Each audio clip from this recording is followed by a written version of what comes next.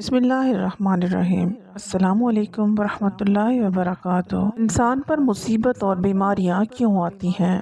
حضرت سیدنا ابو سعید خدری رضی اللہ تعالیٰ عنہ بیان کرتے ہیں کہ رسول کریم صلی اللہ علیہ وآلہ وسلم نے ارشاد فرمایا، حضرت موسیٰ علیہ السلام نے کہا، اے میرے رب، تو اپنے مومن بندے کو دنیا میں غربت زدہ اور تنگ حال بنا دیتا ہے۔ اتنے میں حضرت موسیٰ علیہ السلام کے لیے جنت کا دروازہ کھول دیا گیا اور وہ اس کی طرف دیکھنے لگے۔ پھر اللہ تعالیٰ نے کہا، اے موسیٰ علیہ السلام، یہ جنت میں نے اسی مومن کے لیے تیار کی ہے۔ پھر حضرت موسیٰ علیہ السلام نے کہا، اے میرے رب، تیری عزت کی قسم، تیرے جلال کی قسم، اگر اس مومن کے دونوں ہاتھ اور پاؤں کٹے ہوئے ہیں اور پھر اس کو اس کے یوم ولادت سے روز قیامت تک چہرے کے بل گھسیٹے جاتا رہے اور لیکن اس کا انجام جنت ہوا، تو وہ یوں سمجھے گا کہ اس نے کبھی کوئی تنگی نہیں دیکھی۔ پھر حضرت موسیٰ علیہ السلام نے کہا، اے میرے رب، تو نے اپنے کافر بندے کے لیے دنیا میں بڑی وسعت پیدا کی ہے۔ اتنے میں حضرت موسیٰ علیہ السلام کے لیے جہنم کی طرف سے ایک دروازہ کھولا گیا اور ان سے کہا گیا،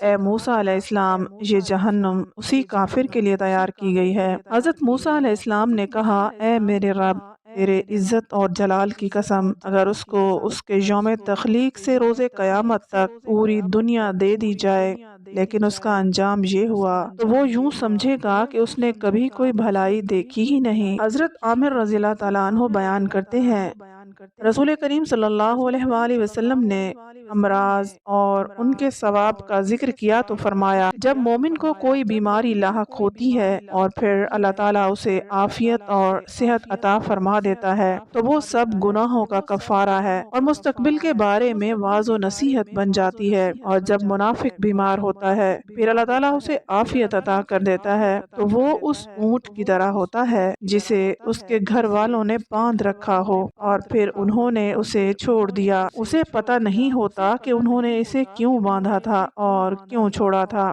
کسی شخص نے عرض کیا، اللہ کے رسول کریم صلی اللہ علیہ وآلہ وسلم، بیماریاں کیا ہوتی ہیں؟ اللہ کی قسم، میں تو کبھی بیمار نہیں ہوا۔ آپ صلی اللہ علیہ وآلہ وسلم نے فرمایا، ہمارے پاس سے چلے جاؤ، تم ہم میں سے نہیں۔ نبی کریم صلی اللہ علیہ وآلہ وسلم نے فرمایا کہ اللہ تعالیٰ اس شخص کے چہرے کو تازہ رکھے جس نے مجھ سے کوئی حدیث سنی اور پھر جیسے سنی ویسے ہی اسے آگے پہنچا دی۔ اللہ تعالیٰ اپنے بندوں کا مصیبتوں اور آزمائشوں سے امتحان لیتا ہے، جیسا کہ فرمان الہی ہے کہ ہم بدری کے امتحان تم میں سے ہر ایک کو برائی اور بھلائی میں مبتلا کرتے ہیں اور تم سب ہماری ہی طرف لوٹائے جاؤ گے۔ جو کوئی اس امتحان میں کامیاب ہوگا جنت اس کا انعام ہوگی۔ اللہ تعالیٰ فرماتا ہے، کیا تم یہ سمجھ بیٹھے ہو کہ تم جنت میں چلے جاؤ گے؟ حالانکہ اب تک اللہ تعالیٰ نے یہ ظاہر نہیں کیا کہ تم میں سے جہاد کرنے والے کون ہیں اور صبر کرنے والے کون ہیں۔ یہ تو مسلمان کے ایمان کا جز اور حصہ ہے کہ وہ یقین رکھے کہ ہر چیز جو اللہ تعالیٰ اپنے بندے کے لیے منتخب کرتا ہے، برائی یا بھلائی، خوشی یا غم، سب بندے کے فائدے کے لیے ہی ہے۔ اللہ کے نبی کریم صلی اللہ علیہ وآلہ وسلم نے فرمایا، مومن کا معاملہ بھی تعجب انگیز ہے کہ اللہ تعالیٰ مومن کے حق میں کوئی فیصلہ نہیں فرماتا مگر اس کی بھلائی کے لیے، اور یہ اعزاز سوائے مومن کے کسی اور کو حاصل نہیں ہے۔ اس حکمت الہی کو پوری طرح سمجھنا کہ ان ساری مصیبتوں کے پیچھے کیا راز ہے، یہ انسان کی طاقت سے باہر ہے، کیونکہ ہمارا علم فقط ظاہری معاملات کی حد تک محدود ہے۔ صرف اللہ ہی کو علم ہے کہ آخر میں حالات کیسے بدلیں گے اور بندے کو اس سے کیسے فائدہ پہنچے گا۔ بس مصیبتیں جو بظاہر بری لگتی ہیں،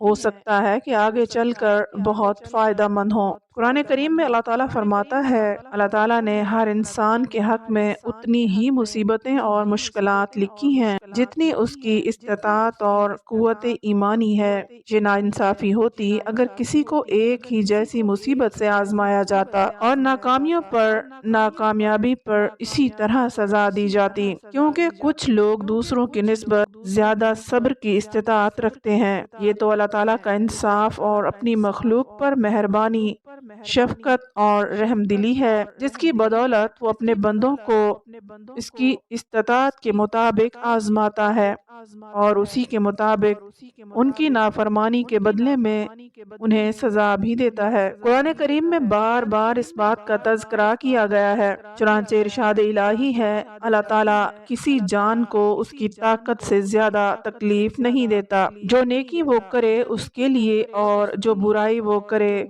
اس کا وبال بھی اس پر ہے۔ اللہ تعالیٰ کے اس انصاف پسندانہ قانون کے تحت علماء کرام نے صبر کو فرض قرار دیا ہے، اور جب یہ بات طے شدہ ہے کہ حادثات آدمی کو اس کی استطاعت کے مطابق ہی متاثر کرتے ہیں، اب تو اس شخص میں ضروری استطاعت ہوگی جس سے کہ وہ سختیوں کو برداشت کر سکے اور صبر کرنے والا بن جائے۔ اس کے بعد اس پر حرام ہے کہ وہ بے صبری کا مظاہرہ کرے یا انتہائی جوش و غصہ کا مظاہرہ کرے یا ایسی کوئی حرکت کرے یا بات کہے جس سے اللہ تعالیٰ کے فیصلے پر ناپسندیدگی ظاہر ہو رہی ہو، جیسا کہ لمبی دردناک چیخ، کپڑوں کا پھاڑنا، گال پیٹنا وغیرہ۔ جزا کے دن بندے سے اس کی ہر اس حرکت پر پوچھ گچھ ہوگی جس سے منع کیا گیا تھا، اور اس سے بچنے کی بندے میں استطاعت تھی۔ اللہ تعالیٰ ہم سب کو